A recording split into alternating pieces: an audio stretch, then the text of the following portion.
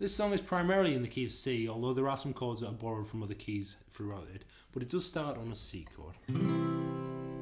The first note we're going to play is the 3rd fret of the A string at the 3rd fret. And then we're going to strum the C chord. And then we're going to hammer on to the 2nd fret from open on the D string. We're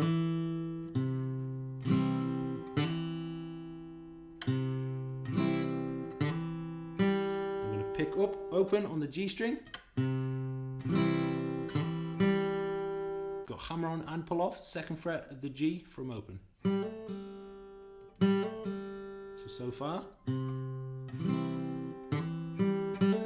We've got 2nd fret on the D string and we're going to pull off to open on the D string. Finish it off with 3rd fret on the A string.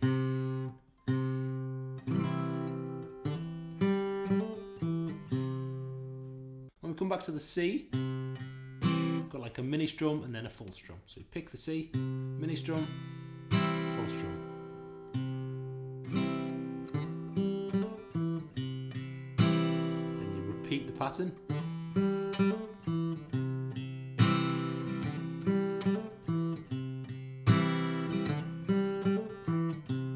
Happens 4 times and then we're into the main verse of the song. So it starts off on the 3rd fret of the A string. So then we've got the hammer on to the 2nd fret of the D string from open. And then the open G. So then we've got the 2nd fret there on the G string. Open G string. 2nd fret on the D string. And then open D string. You look so dainty, darling.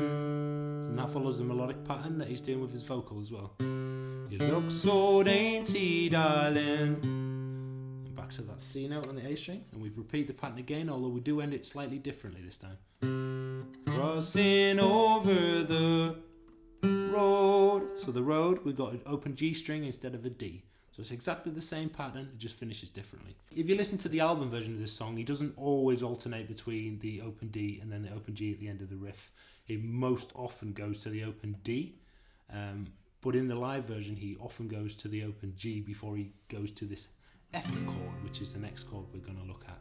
So the next chord, after we've done the 2nd time through the riff, with the G ending, is an F. So you can play an F bar chord if you prefer.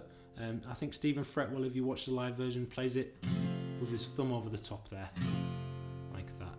But that's entirely up to you. It's a lot easier to play just as a single bar chord. And there's nothing happening other than the chord at that point, so there's no particular reason to play it with your thumb over the top. The verse riff.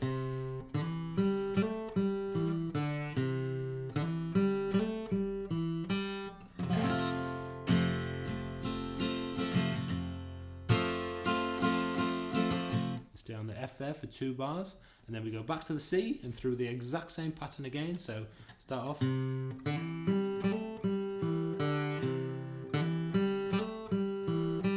F, 2 bars. And then we're into the chorus. So the chorus starts on C. We've got 1 bar of C. Then we're going to move to a C7 chord. All we're going to do is put the pinky finger onto the 3rd fret of the G string. So the rest of the C chord stays exactly the same. All we're doing really is adding this minor 7th note, this B flat, onto the C. What that's going to do is create a lot of tension in the chord progression, and it's really just a borrow chord from another key. Okay, so we've got C, 1 bar, pinky finger down, C7, 1 bar, and then we go to this F chord we've already played for 1 bar. Then we're going to change this F into an F minor. All we do is lift off the 2nd finger. We'll go from a major 3rd to a minor 3rd.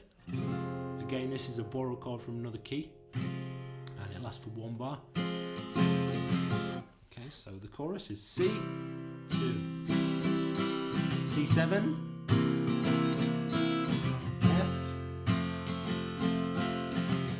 F minor. And then to come out from that chorus part, after the F minor, we go to a C chord again. Then a G. F. Single strum on the C. So come on over, darling. Bring those magazines and show me which one's your favorite floor. Bad, bad you, bad, bad me is all we'll be left with. Anyway, one more time. C, C7, F, F minor, and C, and G, F, and C. Okay, so if you listen to the album version or the single version, he goes into the same intro riff as we did to start with, but it's the first version with the D ending, the D note ending twice. So it goes. And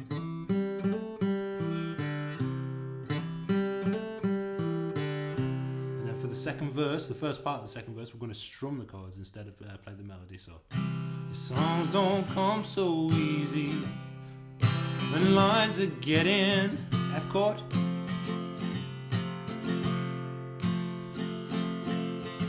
The second time through he does pick it, so it's C.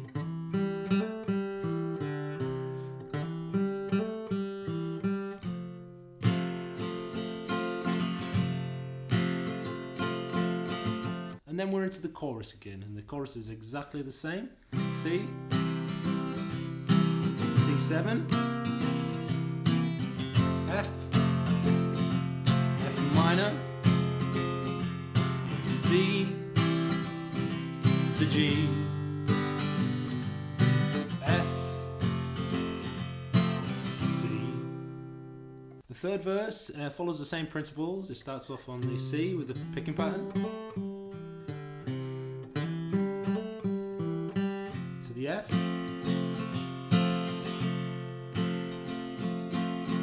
happens twice. At this point in the song there's no singing, it's just the guitar chords, until he comes back in on the chorus.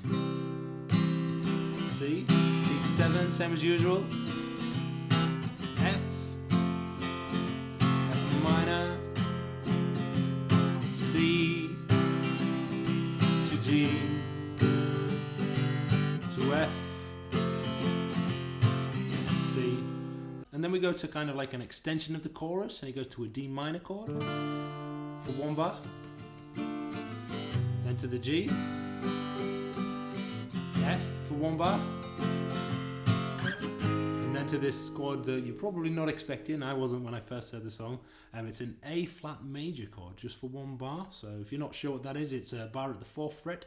Got the 3rd finger there on the 6th fret of the A string, the pinky finger on the 6th fret of the D string, and the 2nd finger there on the 5th fret of the G string. One bar finishes off, single strum on the C. So I'll just play you through that last chorus there from the Come On Over Darling part. So come on over darling and bring those magazines and show me which one's your favorite floor. Bad, bad you, bad, bad me is all we'll be left with. Anyway, yes, bad, bad you, bad, bad me is all we'll be left with. Anyway, play along with the original song. Both the live version and the studio version are in the same key and they're played the same way, with the little variations between the two. But listen to them both and jam along, and happy practicing, and take care.